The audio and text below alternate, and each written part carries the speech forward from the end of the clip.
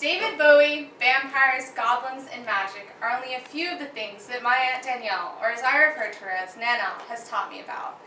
I want to introduce all of you to my aunt because the lessons she taught me as a child have greatly affected the person that I am today. She was always able to see the magic in life and impart whimsical lessons onto me that helped me see the rainbow even on the cloudiest of days. With her, the impossible has always been possible. Until I was about the age 7, I was convinced that David Bowie was going to be my uncle.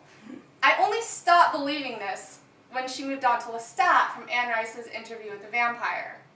From the moment I was brought home from the hospital, she was lathering me in David Bowie's Prettiest Star. My grandma said she used to carry me around the house and with that song on the stereo, singing the words to me. And I remember once when I was about 5 years old, we were sitting in her room, and jokingly, she asked me if I would like it if David Bowie would be my uncle. She said he'd buy me jewelry and lavish clothes, and I hated that idea.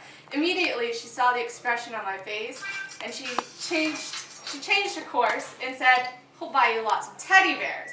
I was in love, and I continued to pray for David Bowie to be my uncle until she moved on to Lestat. By the time I was about 9, I knew more about vampires than Stephanie Myers probably knows today. She used to tell me all about Lestat and Louis' adventures in Louisiana, and she kind of turned me into a bit of a vampire snob. She always taught me about what a vampire was supposed to be, and I hold my vampires to a very high standard now, thanks to her. Vampires weren't the only fantastical creature that my aunt taught me about, though. When I was about 8, she took me to the old soccer field near our house and brought me to an old oak tree. To me, it was just an oak tree, but she told me it was the house of Auntie Rappaport, queen of all the good goblins.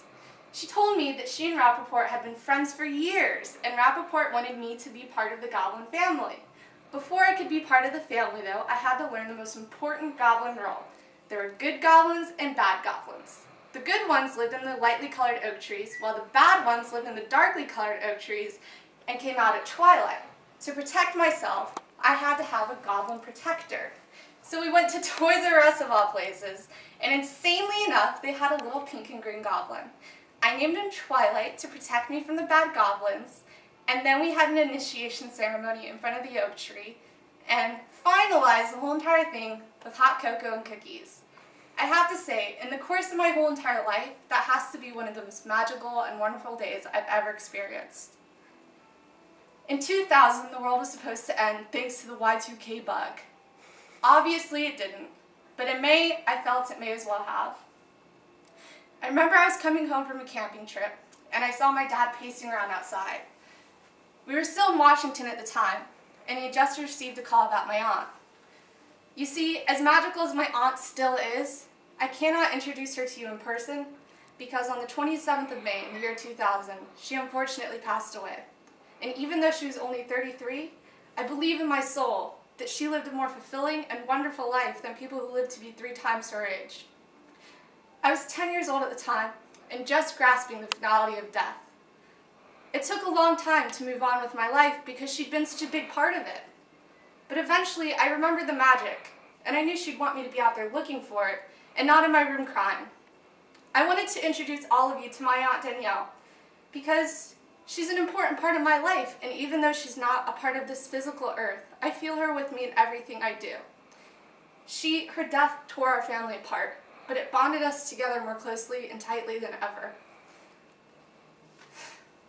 And I still listen to David Bowie's Prettiest Star, and I think about my aunt. I feel the last lines of that song summarize how I feel about her now. One day, it may as well be someday, you and I will rise up all the way, all because of what you are, the prettiest star. I hope you've enjoyed getting to know the prettiest star I know, my Aunt Nana.